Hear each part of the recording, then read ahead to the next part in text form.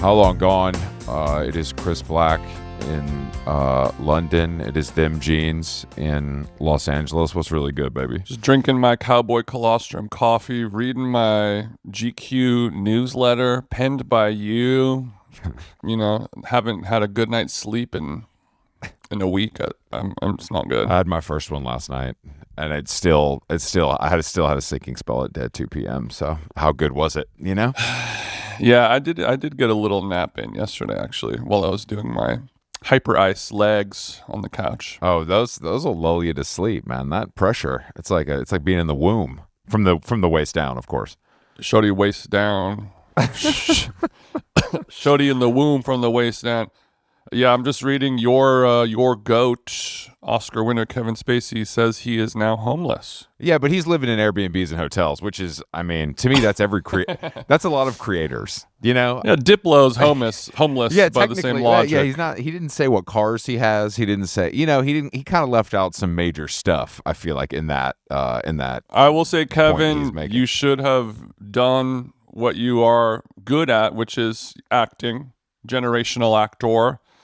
You've probably played many roles in and outside of the courtroom. Represent yourself for all of your sexual harassment cases. Don't blow your millions on these fucking lawyers. He's off. He got off, but Hollywood still won't touch him with a 10-foot pole. He was cleared on all charges, at least in the UK. But I know, but I'm saying the reason why he's claiming to be homeless is because he had, millions of dollars worth of legal fees, right? I mean, I'm sure. Look, obviously he has a cost of living that he was not able to maintain after his revenue stream was cut off because of his wrongdoings, Yeah, but I think that singing standards in Cyprus for real estate developers. I mean, look, dude, that's a bad singing standards in Cyprus. But is that a bad? Poetic. Is that a worse way to make money than podcasting? I don't. You know what I mean? Like I don't. I'm not going to judge another man's. It depends on the pod. Look, if he goes the Dear Media route, if he goes the Barstool route, then yeah, it's worse than singing standards in Cyprus. It's like it could be worse. I mean, I guess living in an Airbnb is bad unless you're David. They should have, like, for all the right wing MAGA true crime, like paranormal activity, UFO shit. Just hire Spacey to do all the voiceover. Like, how good would it be if you're listening to a true crime pod, but it's gifted orator Kevin Spacey reading all of the copy? I mean, he literally, if you're willing to get past his voice, he literally played the president well for whatever 5 years or something. He could. That's a little bag right there. Unfortunately, because of his wrongdoings, the bag is not what it once was. He'll have to, he'll get $1,500 for the little Wondery shit, but it's better than sleeping on the bus stop. He's got a 2-bedroom there's a breeze. There's a breeze. Yeah, I was just reading your Substack story. You wrote in your GQ newsletter. You talked about you were on a podcast a few months ago, and you were mentioning the downfalls and what of Substack and what you didn't like about it, and it got a little viral because you were saying something that was inflammatory or upsetting to a lot of people. And this one, you're kind of explaining your case a little bit more, but then is that making people less upset? Once you've explained everything? No, don't worry. Substack PR has already reached out to me to say that I got it wrong about the employees. It's only one employee, and I need to correct it, which fine, but I don't think that's really what the sticking point is on this. You know what I'm saying? But no, I've heard from some enemies of the show, let's say, that I am not doing my job right when my job is to give my opinion, which is a tough, I'm not in the trenches. I'm not part of the traveling press group for the President of the United States. I type from a laptop wherever I am about whatever I want. And if you don't like that, I respect it. And please unlike and unsubscribe. I'm fine with losing this person particularly because I don't know what the point is. Whatever. But it's not. I just don't understand why. I mean, Cho made a good point. I said Google ChatGPT. He was like, it's more Twitter or Tumblr. Yeah. So which is fair. But imagine someone fighting for you because they love Tumblr so much, and how funny that would be. Like, imagine how funny that would be if somebody is like, you don't understand what Tumblr does, you don't understand you'd laugh at them. And you're like, you should see the accounts I follow on Tumblr. I'm pretty sure I know exactly how to use this shit pretty well, bro. But I just don't know why. I guess I just don't know why people feel. It's interesting what people choose to feel passionate about when it's just. Hold on one second. Sorry. Yeah, it's hard to understand why people feel more passionate about some of these things than others. And maybe it's because they earn money off of one and the other one is just entertainment. I think that is one of them for sure. And I think that when I really want to upset somebody, I will say something where, like, if you look into it, you realize that you're quietly being insulted. You know what I mean? That's not what I'm trying to do, though. I know. It's not even. I know that's not what you're trying to do. It's like when people know, like, this is the way I do things. I'm a writer. I believe in journalistic integrity. There's a category of people on the internet who write, and it's people who are like, I don't know what my life or my job is. I used to love doing book reports in school, so that's what I'm going to do. I'm going to write a story about a thing, but instead of writing about what I think about it, I'm going to tell you the entire history and etymology of this subject, and then hopefully I'll get a good grade from my fake teacher boss at the whatever, you know? So when you don't do that and you don't fit into those guidelines, it's very much the similar, like when everyone started being like, I'm a freelance creative versus I work in the office, and then people are like, why do you work in an office? Like, that's weird. And other people are like, if I don't have this fundamental system that's been in place for decades or centuries, I have a panic attack. And if somebody is able to find success, you know, just like, oh, why don't you just take this line instead? And you're like, what do you mean? What do you mean? What do you mean? This is the line that we all wait in. You know, it's just like we're going to talk to our guests in a few minutes. When you're waiting in line at Teresi or get a pizza at Ceres or something like that, and somebody's like, oh, I already ordered it online. I just pick it up right here in this line. And like, what do you mean? What do you mean you can do that? I think this could be. I want this to go. I wonder if this is. I mean, I don't think that the way that people who were on Elon's dick and thought Tesla was revolutionary and now are embarrassed that they ever bought the car. That should be a lesson to us. That these things, you can't ride that hard for these corporations. It's not. It's that they don't care. Like, it's just not that serious for them. Why is it so serious for you?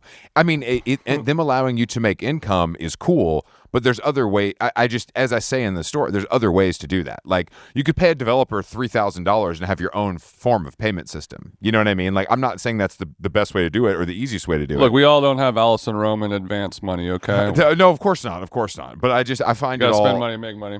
It's whatever, man. This is the last time I'll ever talk about Substack. I saw it 5 times in one day about different things, and I was like, okay, I got to say something. I'll never talk about it again. I don't care. Go make your money on Substack. Go use Notes like it's Twitter, even though it's lamer. Do whatever you want. It's not it's not a shot at you. It's just an observation. It's just an observation on the platform. That's all. I think all. When another thing I've noticed when I talk negatively about, you know, digital community building and, you know, people talking about their position in the creative culture or whatever, I think when you take people who don't really have an actual community and don't really have any culture, and then they're able to they're able to take something like Substack or Tumblr or Twitter and say, like, this is my community. This Discord server about how women are mean to me is my community, and it's also, you know, their culture.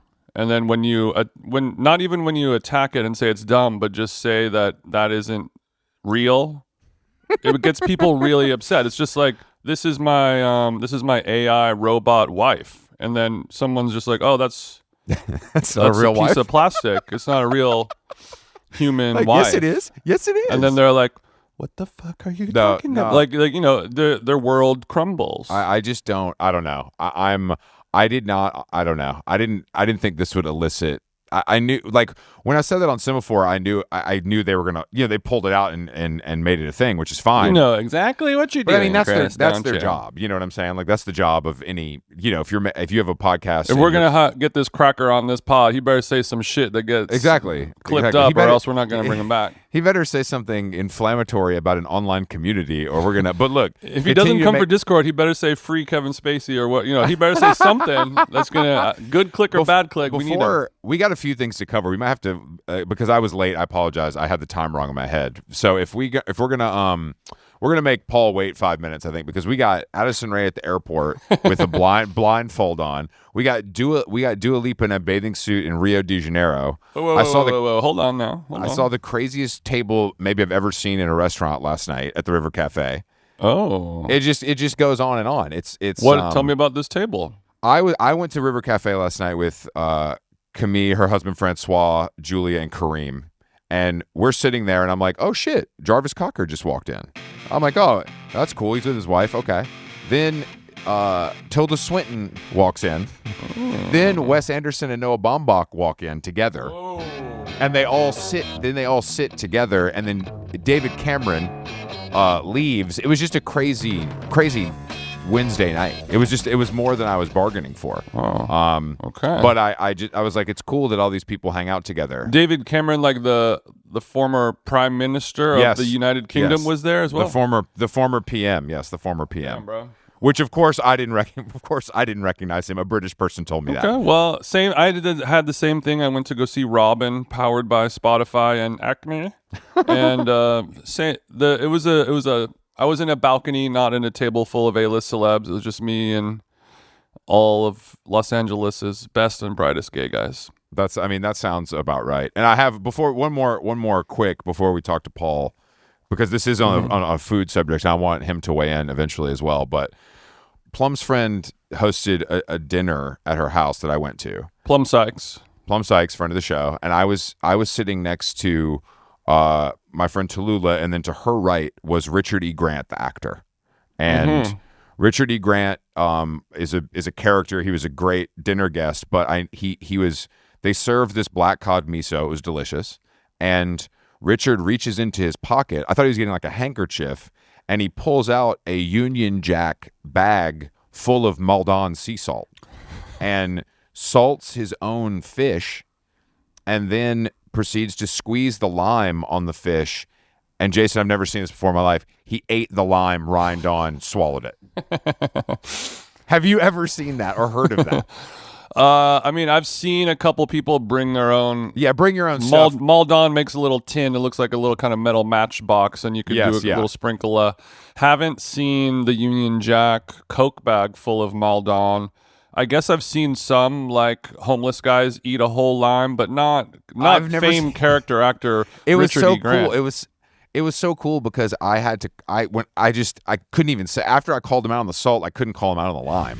You know what I mean? But anyway, he could have a touch of scurvy. He looks great. I have to say, he looks great for his age, and it was the meal was delicious. But I was taken aback by his ravenous appetite that didn't stop at Citrus. One of the gods. He's going to come on the show. Okay. All right, let's talk to our buddy Paul.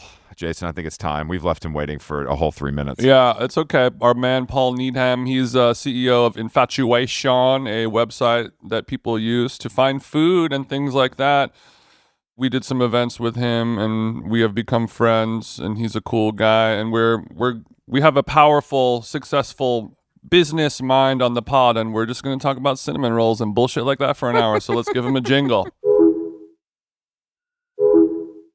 Yeah, Paul is a great business mind. Why do people wait in line at Don Angie? Can you tell me that, Paul? First, I caught the last few minutes of the boys bantering, and if you'd had me on Chris and Jason both knowing who David Cameron was 24 hours ago, I don't know where I would have been on that. So kudos. Well, to be fair, Paul, keep him guessing, Paul. I didn't know him by face. I knew him by name because I looked right at him when he was walking out and did not know who he was. And Jason's got the PM language. We're ready to go on British politics here. I don't want to do that. When you say PM language, what do you mean by that? That's how little I know about this subject. Prime Minister. Just calling the Prime Minister the PM. I think you're there. I think Downing Street's ready for Chris and Jason. Yeah. Jason's Don't let me get my abbreviation bag. Sorry, go ahead, Chris. He usually says BM, but PM worked in this case, so he felt confident using that. I consider River Cafe to be one of the great rooms in the world. There's something about the color, the furniture, those dishes lined up on that kind of high bar. I agree. The pizza oven that's bigger than any Italian Yeah. pizzeria I've ever been to, but they just make like 11 asparagus flatbreads a day. A pizza. But for some reason need a Boeing 747 sized pizza oven. I just love it because it's annoying as fuck to get to. So annoying to get to. Bit of a chore. If you bring it up to any British person, aristocrat, fucking dazed intern, like whoever it is, the only thing they can say about it besides it's so good is it's so expensive. I know, they say love they to say talk it's about it, expensive. yeah. They say it's expensive first. These are people that have the money. I'm not with people there that don't have okay, money. what's the American version of that? Is that like Honestly, I think Evan Funky gets a similar. People like to talk about how expensive his pastas are also. Yeah. And I think Ruthie and Evan are both in the kind of like, we're willing to really throw a jab at you on our pasta prices. And my hat's off to her. The restaurant's full. She was there last night too, in all her Charge glory. what you can charge. Charge. Can I give you an infatuation tip, Chris? Please. On how to do River Cafe? Please. On your way to the airport. Lunch at River. It's like you're on your way to Heathrow.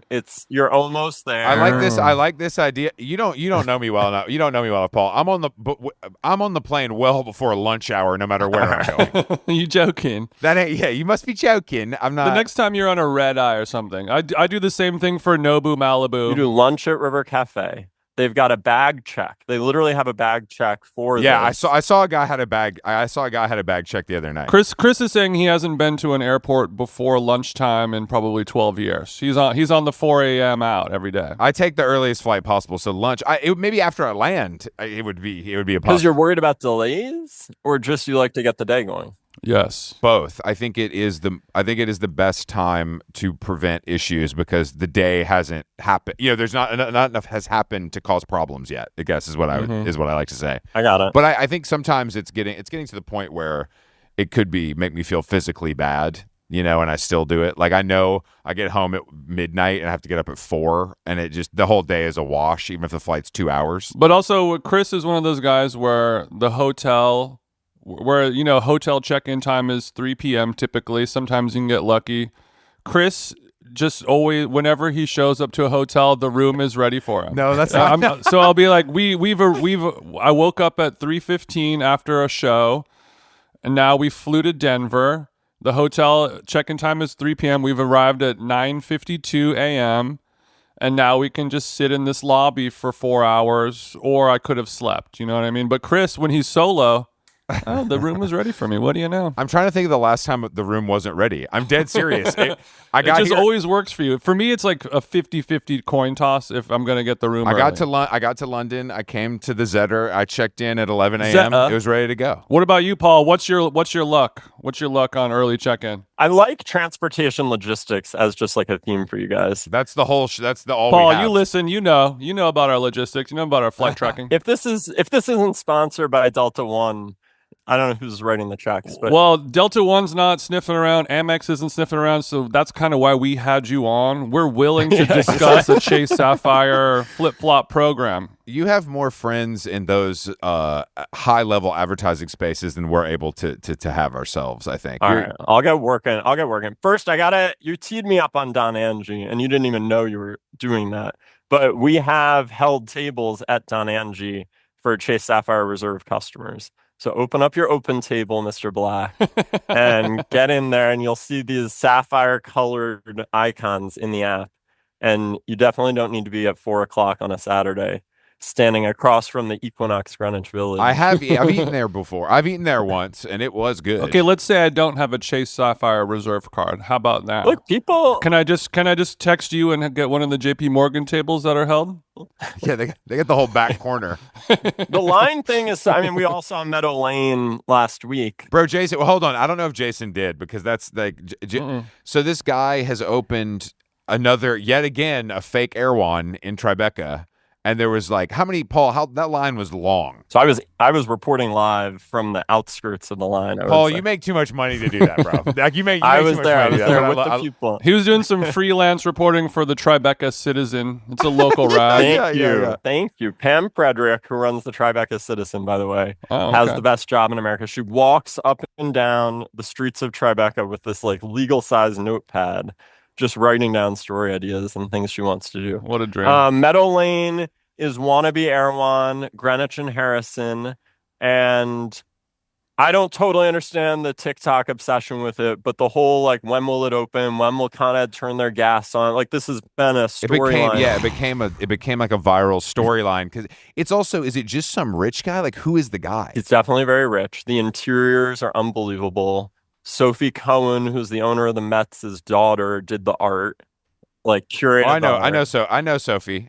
I like her. Yeah, she's good people, and this is a very high-end gourmet grocer. Do you hear what you just said? Curated the art at a grocery store. That's why I'm calling it out. I just want to be clear. We're at a point now where that's what's happening. Like that's what we have to do to charge $55 for a great selection of winter squash, but I hated the interiors and the uplighting was unflattering. My favorite was the $11 Driscoll's berries. Can't get them anywhere else. Organic, at least, I hope. Organic. Green tin. Driscoll's smells like broken here. Oh, we're still putting up Keith herrings. Okay, I guess the Driscolls are gonna sit in the. Well, the thing that's interesting to me that you mentioned is like people are following along. We're talking about Tribeca in New York City, an expensive neighborhood in the most expensive city on planet Earth. Chris is in London. All right, show your respect. But we're in a very dense urban area filled with tens of thousands of sources of food of all price points, and this is like a grocery store that's going in, and people are reporting on when Con Ed is turning the gas on, and I heard rumors about the hard hat walkthrough, and we're pulling permits and all this stuff. Do you think people are cosplaying as like those who are in need of real food? You know what I mean? Like it's part of the fun and the drama, or are people's lives that pathetic? I mean, if you're asking like, do people need better things to do? I guess I'm at a yes. The answer is yes. It feels like people are cosplaying as like waiting in a bread line for their sustenance when these are people who have more money than us. It's like a stupid Dumois style viral thing because the guy kept chronicling the issues himself. Like he was going selfie mode, being like, this is what's happening, and like posting on TikTok every day. Like me and my wife quit our jobs and we started a bean and cheese burrito business and follow along for all of our wins and pitfalls. Am I wrong, Paul? Isn't that kind of what happened? No, I mean, so that is what happened in terms of him. I think in terms of the people standing online, and I actually was standing on, we had Britt, who's our social media, and Willa, who's one of our New York writers. We had them stand on the line. Infatuation, we always show up anonymously. We don't take, PR reservations or freebies. We pay for everything ourselves. So they stood online on day one. They dropped $250 on prepared foods, some matcha, the whole thing. So the matcha was $195, and they were able to get another a couple Driscolls. Yeah, they got a Rocky's banana foam latte and a slice of pepperoni, and off we go. Well, for $250. Luckily, the chase doesn't get declined. It's all good. And what I will tell you is, day one, who was online with them was all influencer. It was all just people who wanted to ride the wave of the content and wanted to put out their own Meadow Lane content. A lot of sweatshirts that said "Park" with an E. I imagine. I think 3-4 days in, because I've been walking by, I've been checking out the scene, knowing that I'm coming on How Long Gone. Like, sure. Definitely now it's just normal people who are like, what the hell is this? And the line's gotten a lot shorter. Since I don't like Happier Grocer because it sells magazines and shit. Like I want it to be like they have a great selection of stuff. Like it's also, I think some of these stores, part of the offering, and what's interesting about Happier Grocer is that you can get stuff that you've only seen on the internet. You can actually try something you've never seen before. Mm-hmm. And I think that's part of the proposition. But at this place how was the stuff? How was the prepared food? How does it compare to Erewhon, the pinnacle? We thought the pastries were good, like genuinely good. They did like their matchas, just so you know. Were you having bad boy pastries though, or just a classic croissant? I just had the croissant. Okay, I was hoping for like a pistachio. I think they tried out some more stuff.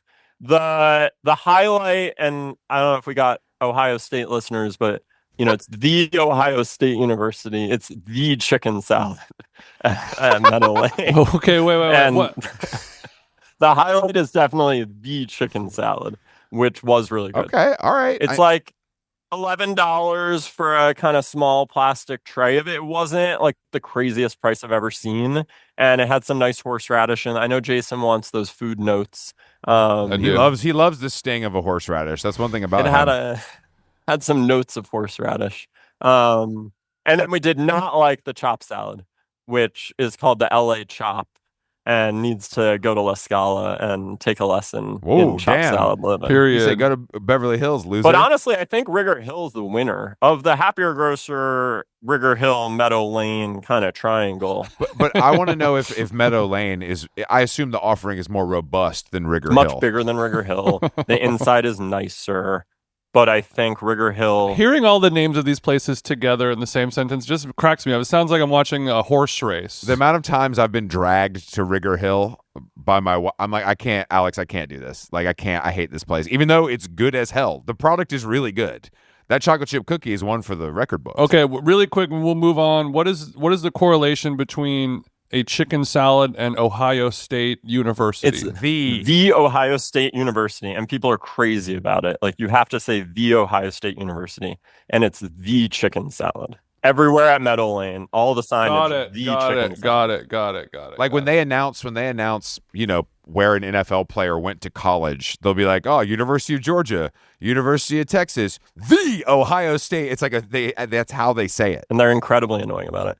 I want to go back to transportation logistics because my highlight of the year on transportation logistics is I'm leaving LA lunchtime and I'm checking out Waymo. This is like April or something. So Waymo LA, everyone's super excited. Early days. Early mover, of course, in the space. Trying to take Waymo to LAX, they won't do it. They don't get on the highway, right? Now they do, but they didn't then, and they don't go to the airport. I Waymo'd to the In-N-Out next to LAX. Had a burger, had a shake, and then walked into the airport, which arriving at LAX on foot is an experience. Dude, that's actually very cool. So you're hoofing it with the Rimowa up the freeway on-ramp to get into the arrivals or departures? I got the Briggs and Riley, Jason. I'm not. My bad. I'm not at your guys' levels. That's how much he's a real wasp, Jason. He's a real wasp. He doesn't have that. He doesn't have our little play. I'm traveling with luggage you can't even pronounce, Jason. The real question to me, Paul, is you're willing to get on a 6-hour flight with a belly full of In-N-Out. That seems having a milkshake before flying is crazier to me than walking to LAX from the In-N-Out. I'm not thoughtful about what I eat when. I don't know if I should be. My wife likes to eat dinner early and the digestion, she's all about that. It doesn't occur to me. I'm I had Kraft mac and cheese at 9:30 the other night. I'm not mindful about my intake. You're telling me that a woman cares about digestion? I don't know if I believe. I don't know if I believe you. I've never heard any of them talk about that. Okay, so a follow up. Have you heard? There's this app called Uber where the car it's a person driving it and not a AI, but it'll take you right to the curb and you don't have to walk on. So you think I should have Ubered from In-N-Out? I think you should Ubered from your hotel and they just take you right there. No, I wanted the Waymo experience. Paul, how far? No. How far was the walk from fucking Animal Style to LAX? It was longer than I thought it was going to be, and it was big airport. Looks smaller from the plane. You did feel like you were kind of in the end of the world. A lot of jet fuel going on in the world. Did you? And the other question I have, and this is something that's very particular to me, did you break a sweat? No, I didn't break a sweat.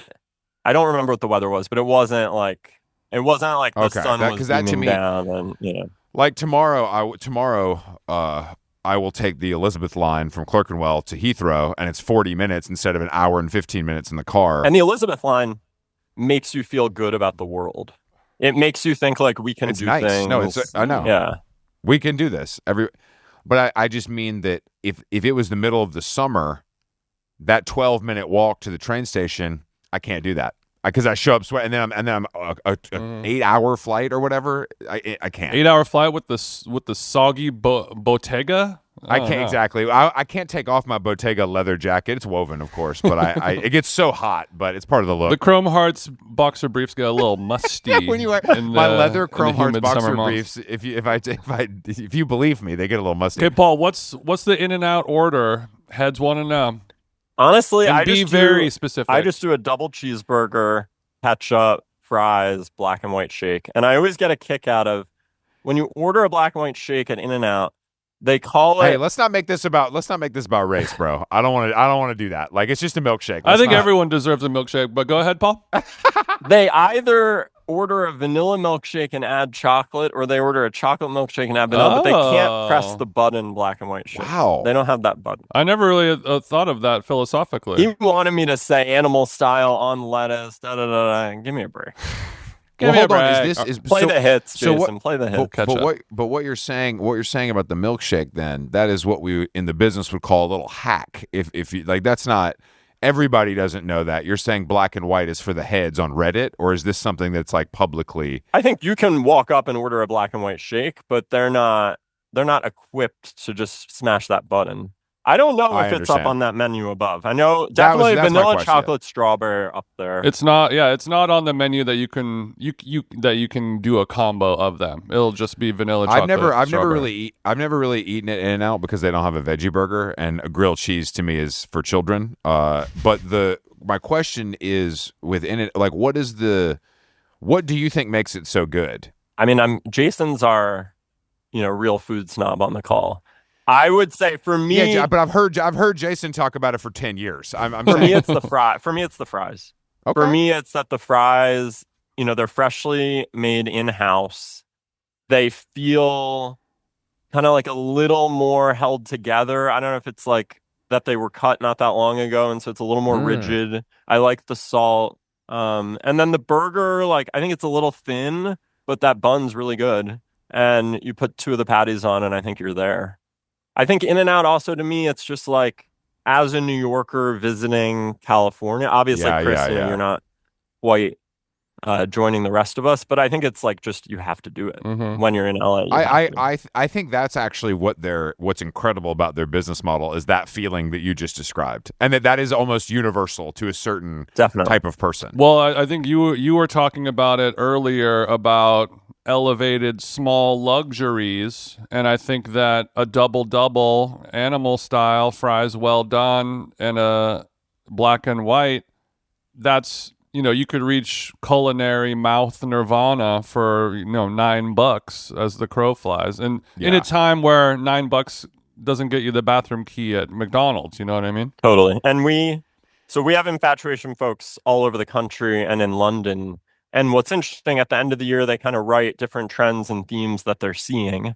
And that theme of kind of like small luxuries, retail therapy is so in all of the markets. And I don't know, Chris, if you made it to Corner Shop 180 in London, but that place opened this summer. And I haven't. I know. I'm very aware of it. I mean, if I have to hear more about freshly churned buttermilk, I don't know about you guys, that's but British ass shit I'll right fuck there. with that. That's what they're lining up for. That's because they still ride horses to work, so it's kind of. I mean, it makes sense. I think that, but Corner Shop 180, which looks amazing and was started by someone who has good, she has good taste. She has a brand. It's clear what you're going to get. That's also just another Erewhon-esque, or is it? It's probably, I would say, it's more comparable to Meadow Lane. It feels definitely like London's answer to Erewhon. All of these things are some places' answer to Erewhon, and they're each going to have a local flavor. And yeah, I think Corner Shop 180 is great. I also just think this phenomenon of like, same with the really luxury pizza, and people like series what they're charging, and the complexity of like, put your name down, come back at this time, get your pie. Christie's, which is one of our best new restaurants in New York, incredible pizza. Tell yourself a few years ago that a cheese pie is, $36 or whatever. It's definitely not everyone's going to Cove and doing the tasting menu and getting the drink pairing, the juice pairing like Chris Black. But I think people want to have these luxuries in their lives. And if it's a smaller price point, but still feels like, oh, these are really high quality ingredients, this is a place that has a great vibe, like people are down to spend on that. I mean, I'm like that too. Like, I mean, I like that too. Everybody likes it. I just the stranglehold it has on us as a society is kind of crazy. You know, that like I like people that are people are choosing to spend their money on stuff like that instead of stuff that maybe seems more maybe necessary is a word I would use, or the treat culture has gone far. Yeah, we got Seattle for me was the peak when I was reading through all the trends and kind of things people were pointing to from the year. We got an $11 iced matcha with a dollop of banana pudding that's spooned from a glass casserole dish. And to me, that's like peak matcha. Okay. And maybe we can move on to something else next week. No, we shan't. Well, when on this specific subject, I was watching you on the Squawk Box last week. Let's go. Talking about some of these similar things and talking about the elevated small luxuries, and you were explaining it, and the woman on there, I don't remember what her name was, but she said, so the logic is I can't afford a vacation, so I'll buy an $11 matcha with banana pudding on top. And I think, is that the root of this problem? Is that why we all need a tiny little $12 treat every day on the way home from work, or else our life is truly pure shit? Not to bring it down. I don't know that I'd go that far. I mean, I think definitely one thing we've seen this year. So a lot of people use Infatuation as they're planning trips, and they're looking around not just for where they live, but where they're visiting. So the people that don't DM Jason, they use the Infatuation. Yeah, exactly. Okay, got it. I've been sending them over to your website. That's why I'm on. All right, if you're in Jason's DMs, just come to us. Sorry, guys. But we've definitely seen, road trips, people wanting to go in the vicinity of where they live. Maybe not the 2-week kind of Ischia operation, but get out, do the Pacific Coast Highway, go up to the Catskills. Hit the lakes around Chicago. Like, we've definitely seen that road trip phenomenon. Lesbian cafe, bang bang road trip up in Hudson Valley. Yeah. Love that. The Ojai, like, man, what a story on Ojai. Were we talking about Ojai 10 years ago? I think so. I mean, I famously have never been to Ojai, and it's gone on long enough. And that's by choice. It's a little bit by choice. That's like you're sticking to it. Well, before I was just like, what? Why go there when I can go to Palm Springs? What is it exactly? I think is the question that many people have asked. And then as I got older, like my wife, Carolyn, who knows me very well, she was like, I've been to Ojai. You're not gonna like it. Like, just don't bother, kind of thing.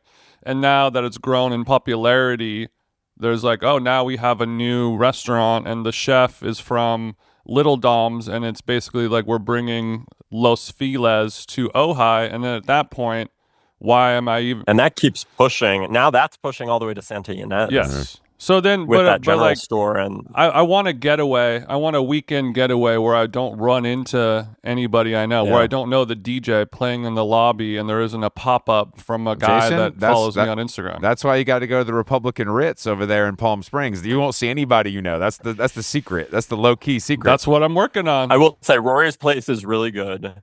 I'm sure you guys have done Bell's, in Los Alamos. Yeah, I went to Bell's pretty recently, actually, and I liked California road trip dining situation is excellent. The only reason I want to go to Harbor House Inn up there. I want to go to Ojai for the new hotel. That's the only reason I want to go there. Like, I think that like I don't. There is nothing to do, Jason. But I'm going to go there. I'm going to feel like I just went out in Hollywood when I go there. It's the same food, the same people, the same music, the same decor, but now it's next to a mountain 2 hours away. Yeah, I mean, I think that not for me. I don't know. I want to be transformed and Palm Springs to a whole new land. We all like Palm Springs, but it's also a dump. Like, I love it, and I would choose to go there every time. I don't even know why.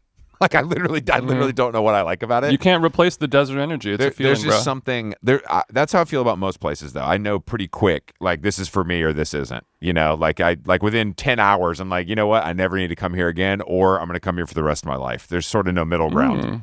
Are you guys tennis guys? Are you tennis guys? Yeah, yeah. Mm-hmm. The Indian Wells operation, I mean, obviously tennis now, every tournament everywhere has become a huge thing, but Indian Wells is one of the most impressive sporting events anybody's putting on. Jason, didn't you DJ last? Was that last? Yeah, I year? DJ'd a party with Racket Magazine last year, and a lot of people thought I was Djokovic for whatever reason. For But yeah, it's an reason. amazing operation. You know, the good people at Amex really do a good job over there at Indian. No, that's Larry Ellison. It's Ellison's Is it? brainchild. Yeah, No, they do it he's right, got right over there. Indian Wells, and then he's got his Sensei, that spa resort operation Yeah. that he's running. It's nice to be there in the middle, like in a literal oasis in the middle of just empty fields, and you just see that Nobu sign, and you're like, wow, I know. I'm home. He's run that play in Lanai also, which is even crazier. I mean, you're literally on this like Right. island with nothing, and then there's the Four Seasons, and there's the Nobu. And Bro, that's Larry's home. I mean, if I had that kind of bread, that's exactly what I would do. Where do I want to go, and what do I want to be there? That's it. Like, we'll do those two things. Bring the spicy tuna crispy rice to me. I don't care if this place has no running water or electricity. Okay, so we were talking about the pizza and the waiting in line for all that stuff. And when I have walked past Ceres, how's it pronounced exactly? Serious. Wow, right when I said that, my phone thought I was saying Siri. Hey Ceres, why is your line so long? But whenever I walk past that line, when I walk past people in line for like certain things, like line culture is very big in New York. Every weekend there's a Reformation sale or a new boba place or rice to riches or whatever it is. Chris Black waiting for an appointment at Stofa. Yeah, that's me. I need some pants more flowy. Can I just stand outside? Do they come in suede? But you can see where, or if I'm waiting in line for a somber album signing or whatever, and you can see the level of fun, like because we Chris and I joke around a lot about like I think people are starting like we're so fucked. People want to stand in lines, like they don't know what to do, so the line offers them some structure in their life or whatever. But when I walk past that pizza place, Ceres, everyone in line it looks like a methadone clinic. Like you guys are waiting in line for arguably the best pizza available in America, and you're moments away from sinking your teeth into it. You've got your hard-earned money. You're ready to go. This is supposed to be a celebration. And everyone looks so like they don't belong there. Like, I shouldn't be waiting in line. I shouldn't have to wait for food. It's all so dark. But then you see like a boba pop up or the Reformation sale. Everyone's smiling, happy, can't wait. It's like when the iPhone first came out and everyone was like, it's a very sweet that was a line real to watch. sense of community, I should The Whitney say. Museum, I have two kids, and the Whitney Museum does this like kids drawing class on Saturday mornings. And because of like kids naps and timing and whatever, like people like to be there right at 10 when it opens. Mm-hmm. And the enthusiasm that these toddlers have at like 9:58 standing in front of the Whitney waiting for it to open is probably the energy we should all have. Like if you're going to wait online, that's the vibe that you should have. Paul, that's exactly because Equinox doesn't open until 8 on Sundays. Let me tell you something. We're the few, the proud that are standing outside that Equinox before the doors open. It's the same thing. It's a childlike energy of excitement that we're ready to get in there. If you know that it opens at 8, why don't you just go there after 8? Well, no, you get there. I try to time it for 8:00, whatever. I get there at 7:53 because I'm walking so fast. He wants the moisturizer to himself, right? Yeah, exactly. I mean, I think treadmill number 12 is kind of mine, so I have to be there early. I've walked by that line a few times. I love that pizza, and I think that place is really good. I just don't. I think we've talked about this a lot on the show, and Paul, I'm sure you have some insight on this, but sort of like how this kind of stuff affects an actual business because the people that you want to eat there can't eat there, basically. And it's only the people that are willing to blow 2 hours waiting in line. And that has to be discouraging for the restaurateur or the chef because it's like, obviously you're making more money, so it's sick. It's the same thing as a place where it's like we release 12 burgers a day. Yeah. Are you subtweeting Dunsmore? Are you subtweeting? How do we feel about Dunsmore's burger policy? I'll say it on. No, Dunsmore's. I hate the worst restaurant I've ever been to. No, are you serious? I like the I hate it. I like the Dunsmore bar. Chris and I don't like the actual restaurant. The bar around the corner. I mean, the crowd is bad because it's a bunch of people trying to get the burger. You mean the crowd waiting for the burger? And also eating the burger. Once they're in eating, it's all bad. Like, so are you okay with the main dining room crowd? Like, you think there's meaningfully different crowds? I only went there once, and I've eaten in Dunsmore once or twice, and I did not enjoy my experience there. There's a couple of Most people restaurants, love it, Paul, I won't go back to. Wow. That's one of them. I don't like the fact that it's communal seating. I don't like the fact that it's beer and wine only. It's not all communal. I mean, I could sit at the hearth at the bar. We're going in January. I'm coming. I'll out go in with January, you, and I'm gonna sell you guys on. Why would I go? Why would I go there when literally rather go to Erewhon and have buffalo cauliflower. Literally, Ooh, yummy. I would rather do that. It costs less. I don't have to drive 45 minutes to the end of the Well, earth. But going back to the burger of it all part, like the bar, the Dunsmore bar around the corner. There's people who have created an interesting menu. I had some really good like pickled mussels on Bub and Grandma's bread and a good cocktail or a good martini, good glass of wine.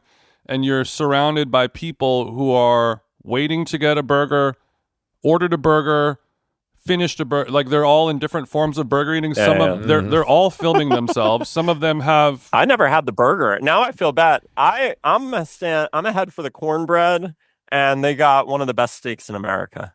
Like no doubt. Yeah, the cornbread is good, but it's to me it's a one biter. You're eating 4 sticks of butter and some cornbread. It's good, but it's a one bite. I don't know how treat for Paul. me. I don't know how you keep that nice thin wiry frame eating all this shit you're talking about. You ever eat anything healthy, or is it bad boy only?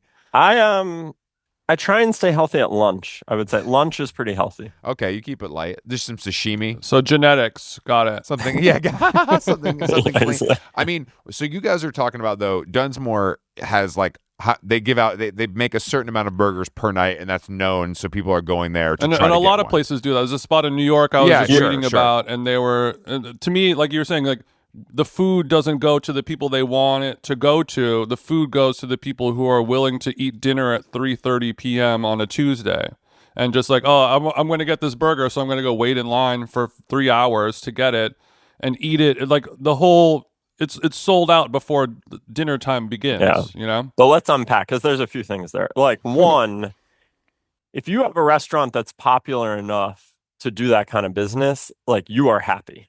Because most restaurants, it's not working, and it's not working that way. I don't think any chef is happy, but I understand what you're saying. I understand what you mean. If there's a line of people, if there's a surplus of of course. Two, in these trying times, for sure, restaurant people, chefs, restaurateurs, they want regulars, and that balance of when a place goes viral, like how do you take care of the people who want to show up to be part of a trend, and how do you build regulars who might be there for you as that trend fades, I think is a very tricky balance.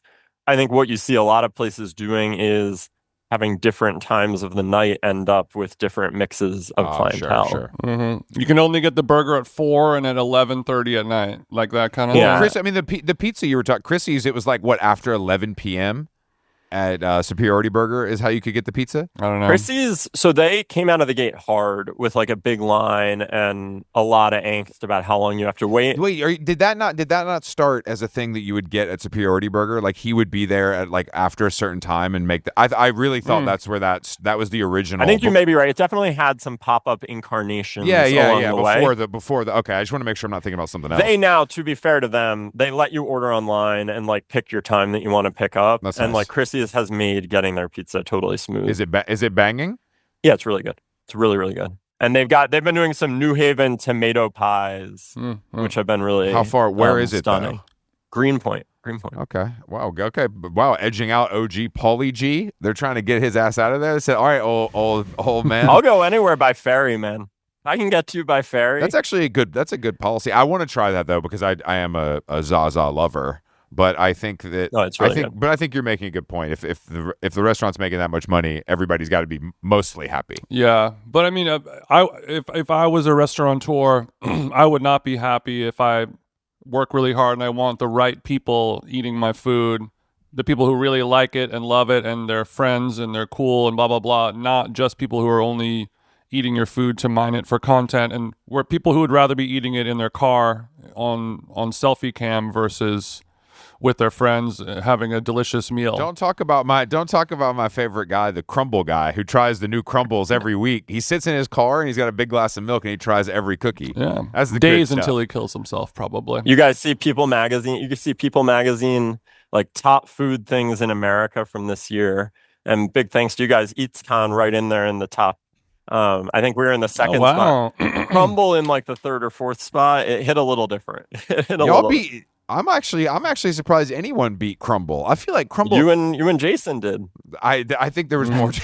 There's a little. I'm more better to than Crumble. But if you, I've never had a Crumble actually. I've only had what's the Levant is too. It's a scone. That's not So a cookie. big. It's not a cookie. It's a different thing. The Levant, I love the Levant chocolate walnut. They used to make them frozen. They were better than when you get them fresh, when you make them at home. But Meaning, yeah, the crumbles you bought the for cookie people. frozen, or you bought the dough frozen? You used to be able to buy a box of the cookies like par baked at like Whole Foods in the freezer section. You put them in the oven for 10 minutes, and they came out better than when I order them in Manhattan. What does par baked mean? Like they're already just like halfway, partially. Oh, I see. Okay. Partially. Oh, I see. Okay. That The makes last sense. point I'd make on lines is, and hopefully this is a place where people find Infatuation and Jason's Instagram useful, is there are so many places to go. Yeah, And that's definitely It doesn't have to be this way, y'all. what we're proud of is like the breadth and depth of our coverage. And we got reviews on places that nobody else has been to. We got guides to neighborhoods and cuisines that nobody else is covering.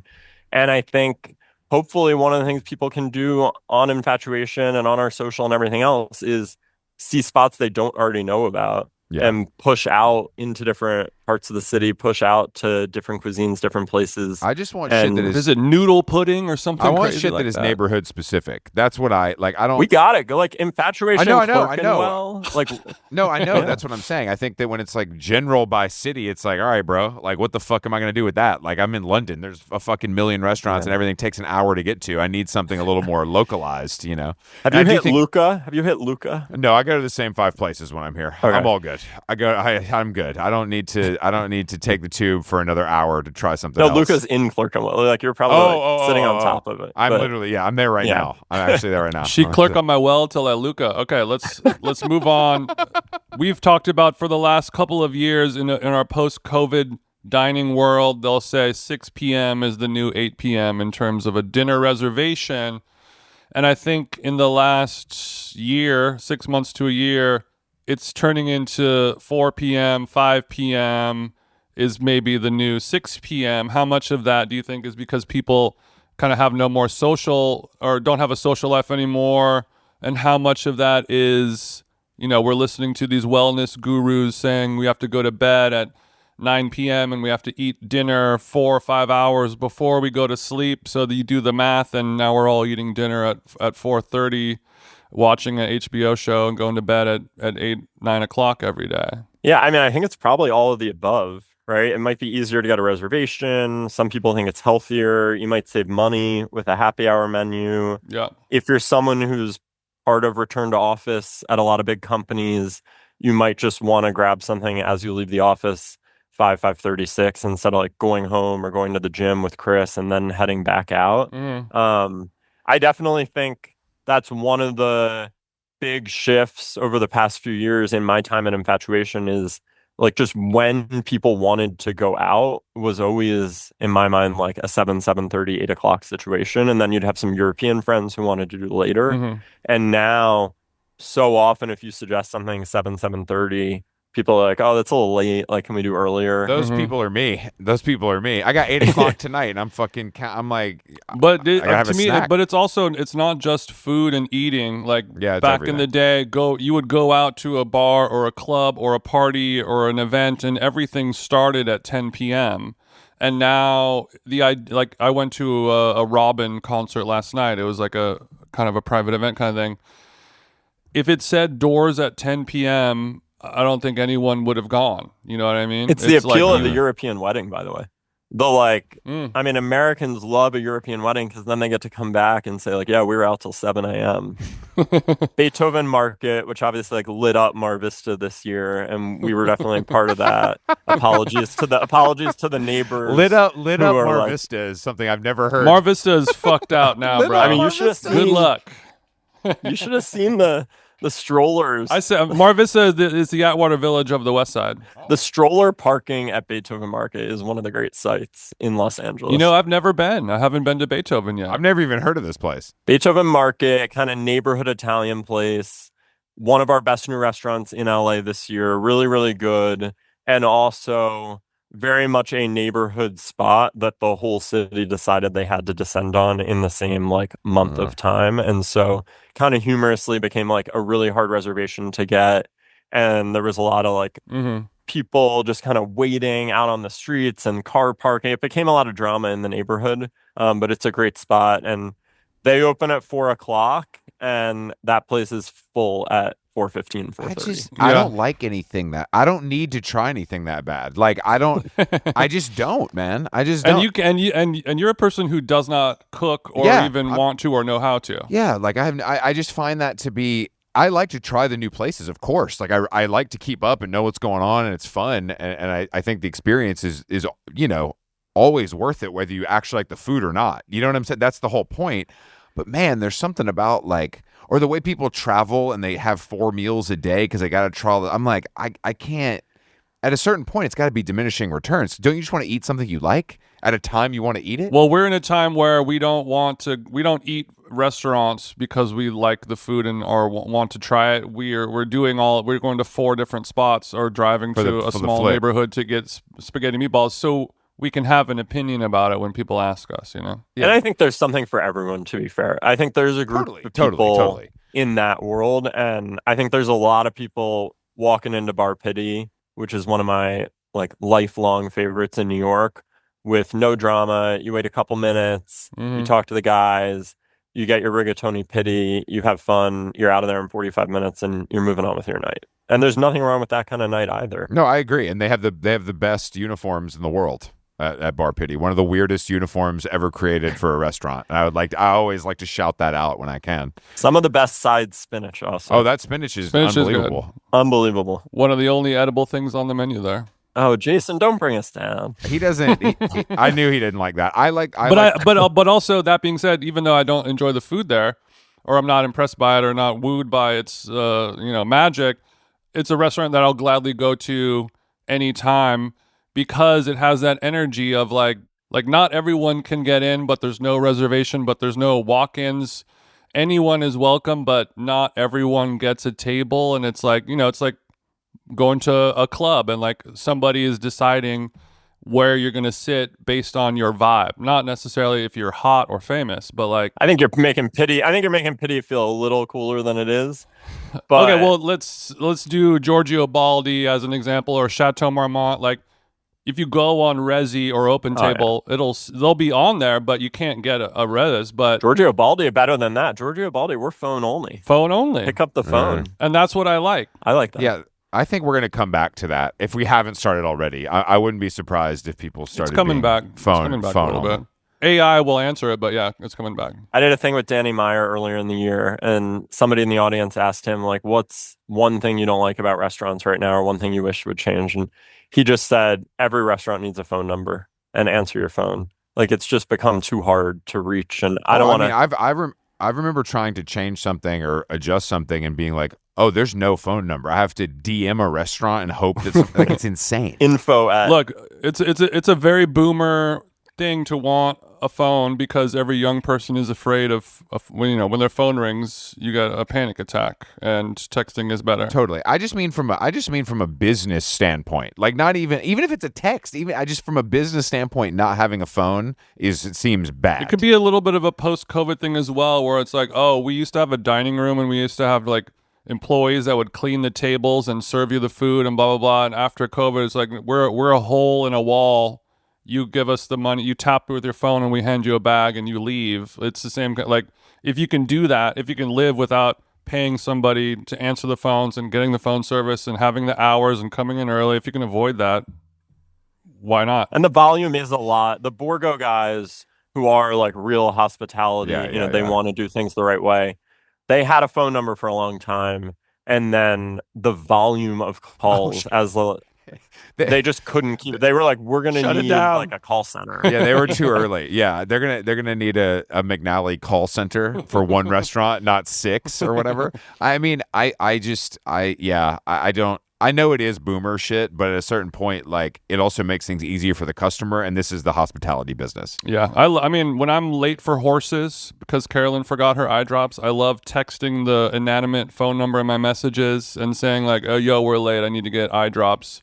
and then the hostess on her iPad writes back, I have eye drops if you guys want them. You know, like, yeah, I kind of like that if you get a human on the other end versus press 1 for yes, press 2 for no kind of thing. And people should know you can reply to those texts. When you get the like you're due at Horses in 1 hour, that is a human being on the other side if you reply. And I like fucking with them. I say, maybe I'll be there, maybe I won't. I never respond to those texts because they text too goddamn much, and I know the restaurants can control that shit. It's like a politician. Too damn high. It's like a politician trying to get money for their campaign. The way they text to me, it's. Dude, I was so happy when the election was over just to stop getting those texts. I get enough robocalls as it is, but the texting from the reservation stuff is like, I get you're due in an hour. Anything else, I don't want. Why am I don't need to confirm. What about, hey, press 1 to confirm? No, because we'll see you tomorrow. No, I made the reservation because I'm going to go. If I want to cancel the reservation, I will get in touch with you to cancel it. That's I guess it's all right, well, Keith would tell you that not everybody does. I think if everyone believed, it wouldn't be a problem. I'm very if everyone respectful. was like you, Chris. If I'm 5 minutes late, I'll call. Like, I don't like that. I don't like playing games with.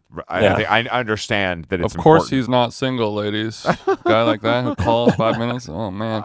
Okay, let's Open Table. By the way, Open Table's app also lets you message with restaurants, which is I'm about to cool slide in Cafe Clooney's DMs and be like, "What's that omelet do though?" Just like on Spotify, you could. That's how you creep.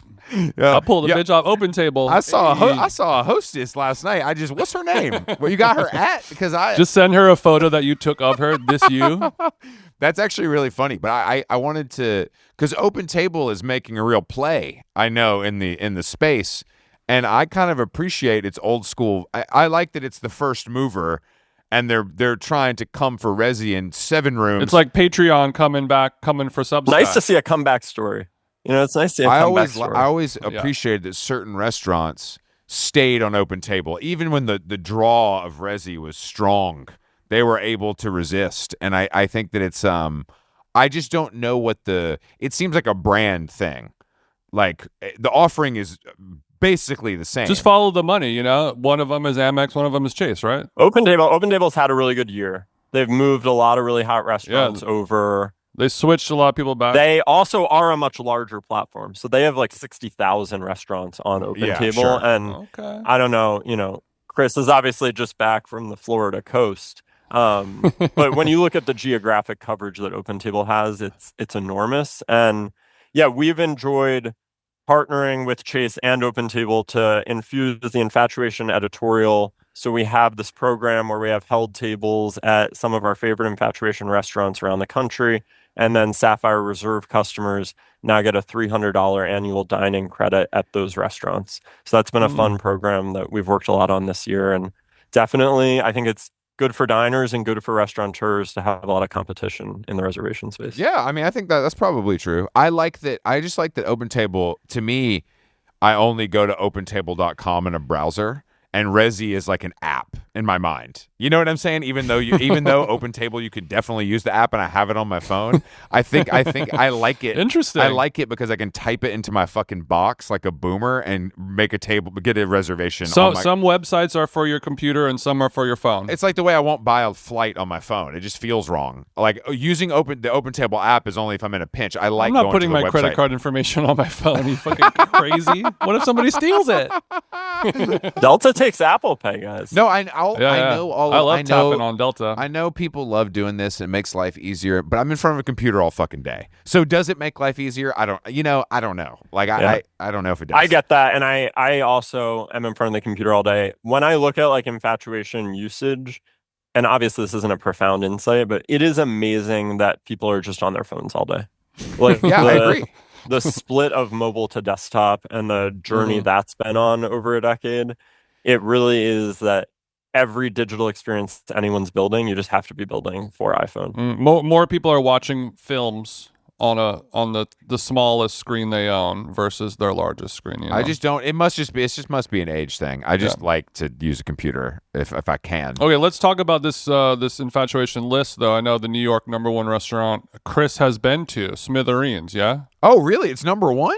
Go off. I like Smithereens a lot. It was some of the best music I've ever heard in a restaurant. And I'm sure you guys have been to Haas and Bridges. Yes. Bridges just got a Michelin star, huh? Bridges, kind of man of the hour. And we got Bong, we got Chrissy's Pizza. Borgo, which we talked about earlier. I need to go. I've only been there for an event. I need to go there. It was really nice. I was wondering, I was like, how long till we name check Lauren Sherman's book party? No, that's not why I went there. I went there for a GQ Canali dinner. So I ate there. It just wasn't, I didn't. You ate. I'll tell you though, the mileage Borgo got out of that book party, really, like, it's an amazing restaurant. It's done great on its own merits, but also that book party really helped Borgo come out of the gate. Danny and Coops, which is the Bradley Cooper. Bro, you ain't putting Bradley Cooper sandwich on there. Are you out of your fucking mind? Go have that sandwich, man. It is really Bro, good. all right, if Bradley Cooper tells me exactly what plastic surgery he's had done, I'll go have a Philly cheesesteak in the East Village at his restaurant. I've heard it is actually good. I believe it. I believe it. It's really good. I mean, he just paid somebody who's really good to be his part. I mean, I'm sure. And it's New York, not like it wouldn't be on the list if it was in Philadelphia because people would burn the Infatuation offices down. But in New York, not known as a place where you can get a real Philly cheesesteak, we're going to have to eat Bradley's, right? And speaking of lines, it's amazing that people feel obligated to wear Eagles merch. Oh, wow. When they go to like, I don't know where people are finding these jerseys, these hats, but like people are dressing for an Eagles game. I bet Bradley Cooper. I bet Bradley Cooper. I bet that. I wonder what that line. I feel like he's gotten a lot of women to eat cheesesteaks that had never really considered that before on a Saturday afternoon. Man, dressing up in Eagles gear to go wait in line to eat a sandwich in New York does feel Disney adult to me.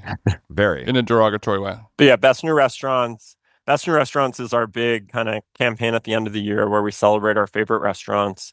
Our team goes out to over 5,000 restaurants a year, both new and places we're returning to, dine anonymously, pay for it ourselves, and we're always really happy at the end of the year to celebrate some of our favorites. And we send trophies out. What other cities do we cover here? Dude, we're everywhere, man.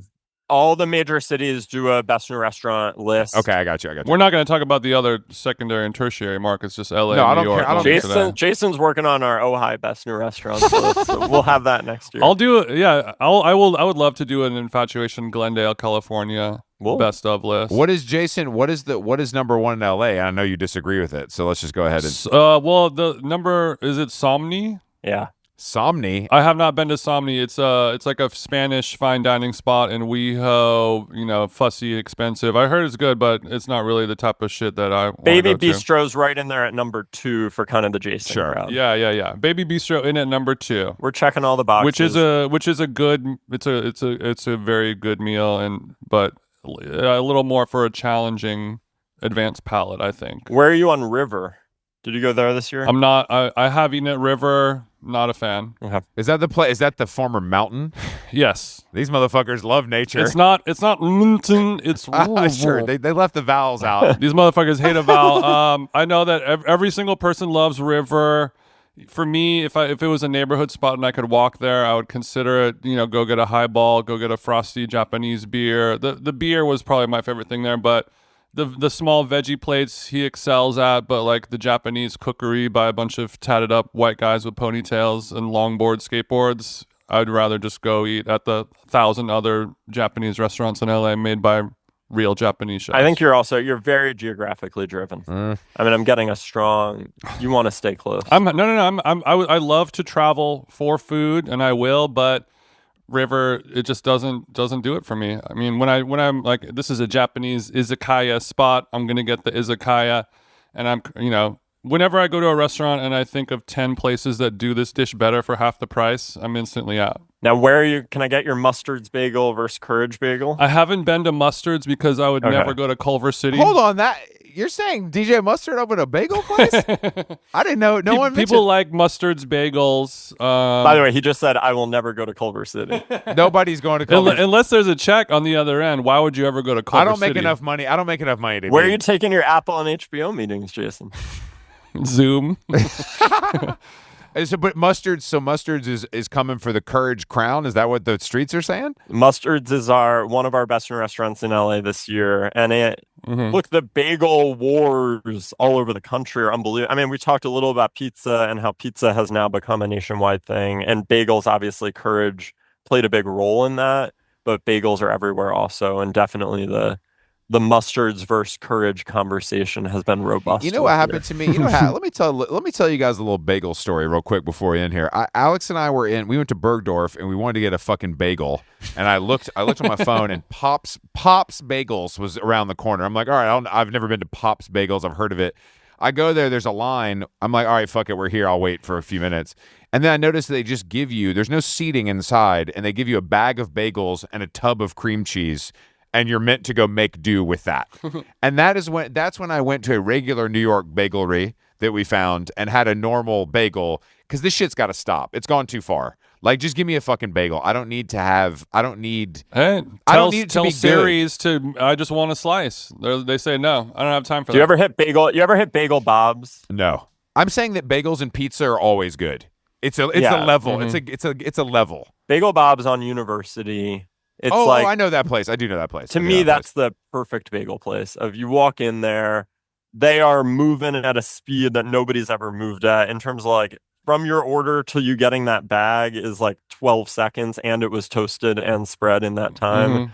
They got the little like paper carton of Tropicana. Oh, that I didn't even know nice. anyone else is wow. selling. I would rather go Apollo is probably my favorite, but there's a place called Heaven's Hot Bagel on 4th and Fun name. B. Or Houston and B, that's like a shithole that really I've spent a lot of time there. So I got to say I respect it. But like the tiny, affordable luxuries, I think the bagel space has really, a thing that we were all spending $2 on for our entire lives. Now, we can get a $30 bagel depending on how pretty it is and how expensive the toppings are, Mark Bittman did it to us.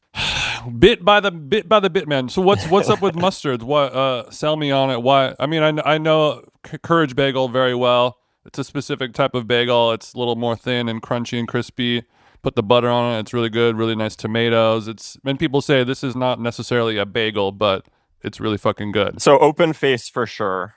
For me, as a Din Tai Fung head, the nori everything bagel, which has like cucumbers and chili crisp and is inspired by the Din Tai Fung cucumber salad, is just like a cool thing to see. Hell no. So Din Tai Fung cucumber salad, crispy sourdough on top of the bagel. Jason, I think we have to try this. This is too freaky to not get our little mouths on. We'll deliver them from Culver City out to Shea Jason. Yeah, bring him to. We'll bring him Shea Sunset Jason. Tower for Chris and Shea Jason. Yeah. What does the cucumber bagel run for over at Mustard's? Because people come for Courage a lot for being really overpriced for a bagel. What is Mustard's? I don't know. for? I gotta check that for you. But once again, Jason, what does overpriced mean? You know what I mean? It's like I agree. I think if someone is willing to pay the price, then it's not overpriced, and that goes across the board. It's as a value proposition. When I hear, this is an heirloom tomato from the Santa Monica Farmers Market, and this is lox that was cured from this and sustainably pole cut, blah, blah. Sure. Then you're like, okay, I see the value to what I'm paying for. When I see this is 12 cents worth of flour. The moment someone says Harry's Berries. Yeah. I'm just like, I know I'm in for Right. $30. But when I hear cucumber, I know how much a cucumber costs, and it's not expensive. Hey, that's not true. That's not true. I'm sure we could Organic English? English? We could find an expensive cucumber if we looked. And they're I'm sure Persian. I'm sure it's a Persian cucumber, and I know that it costs 30 cents, and I know that they're using 10 cents worth of chili oil, and they're not necessarily creating alchemy, but maybe they are. I'll give it a try. Give it a try. All right, Paul. Thank you for joining us. The list, the Infatuation Best Restaurants, is up now everywhere you look at lists. And thank you guys for doing Ichikan. It was a fun tour this year, and our pleasure, dude. It was super fun. I loved it. Can't wait to do it next year. Miami. We really enjoyed having you. Allison Roman in LA, Allison Roman in New York, Kate Berlant in LA, and Joe Freshgoods in Chicago. It was a great time. Our three queens. I forgot about Chicago. I had that life-altering nut mix. Jason, do you remember that? Yeah, it was spicy, salty, it was, sweet. Like, I happened to see it. It was like the one place that didn't have a crazy line, and it had nice packaging, and Jason got me one, and I was like, this is fucking banging. This is I think it was like one of the oyster seafood kind of spots. Yeah, it was like an oyster. Yeah, it was delicious. It was really delicious. All right, Paul, look, thanks for joining us, and we'll see you soon, bud.